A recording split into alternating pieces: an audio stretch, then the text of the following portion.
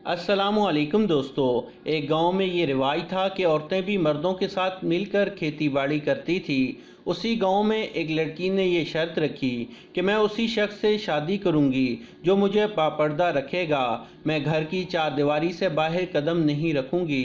मगर किसी मजबूरी की वजह से गांव का कोई शख्स भी इस शर्त पर राज़ी ना हुआ। मगर एक किसान शादी के लिए रजामंद हो गया। किसान ने दिल में सोचा कि कुछ साल पर्दे में रखूंगा, फिर अपने साथ खेती बाड़ी में शामिल करूंगा। किसान और उस लड़की की शादी हो गई और शादी के शुरू के दिनों में किसान ने बीवी को बापर्दा रखा। किसान को अल्लाह ताला ने एक बेटा अता किया। इसके बाद किसान ने अपनी बीवी से कहा कि जब मैं खेती बाड़ी के लिए जाऊं तो मुझे दोपहर का खाना पहुंचा दिया करो, क्योंकि घर से ज़मीनें काफ़ी दूर हैं और आने जाने में मेरा वक्त बर्बाद हो जाता है। बीवी अब दोपहर का खाना देने के लिए खेतों में जाती। बीवी अब नीम बेपर्दगी की हालत में आ चुकी थी। इस दौरान किसान को अल्लाह ताला ने एक और बेटा अता किया। कुछ दिनों बाद किसान ने कहा कि मुझसे अकेले खेती बाड़ी नहीं होती, तुझे मेरे साथ देना होगा।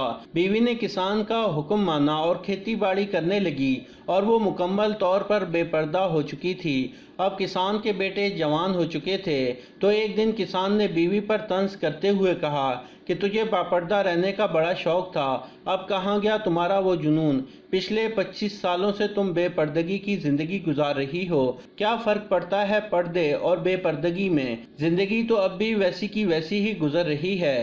बीवी ने कहा, आओ मैं तुझे पर्दे और बेपर्दगी में फ़र्क समझाती हूँ। उसने किसान को एक कमरे में बंद किया और कहा, खिड़की से देखते रहना मगर बाहर मत आना।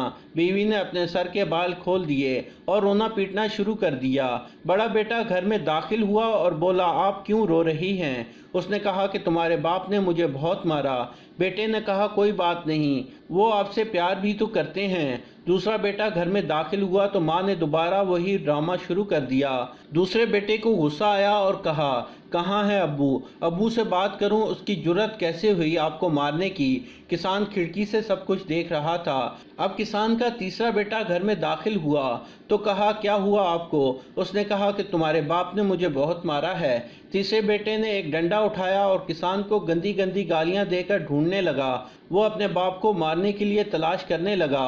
किसान की बीवी किसान के पास आई और कहा कि हमारा पहला बेटा उस वक्त पैदा हुआ था जब मैं मुकम्मल पर्दे की हालत में थी, इसलिए उसने तुम्हारा भी पर्दा रखा। दूसरा बेटा उस वक्त पैदा हुआ जब मैं नीम बेपर्दगी की हालत में थी, इसलिए तुम्हारी आधी लाज रख ली। तीसरा बेटा उस वक्त पैदा हुआ जब तुमने मुझे मुकम्मल तौर पर बेपर्दा कर दिया था, इसलिए उसने आज तुम्हारी इज्जत के पर्दे को चाक करने का फैसला कर लिया था। औरत का पर्दा एक फितरी तकाजा है जिसको पूरा करना औरत के लिए बहुत ज़रूरी है। पर्दा करने से औरत की इज्जत और वक़ार में इजाफा होता है। औरत के पर्दा करने के हुक्म में अल्लाह ताला की कई हिकमतें पोशीदा हैं जिनको इंसान समझ नहीं सकता। तो दोस्तों, ये थी हमारी आज की कहानी।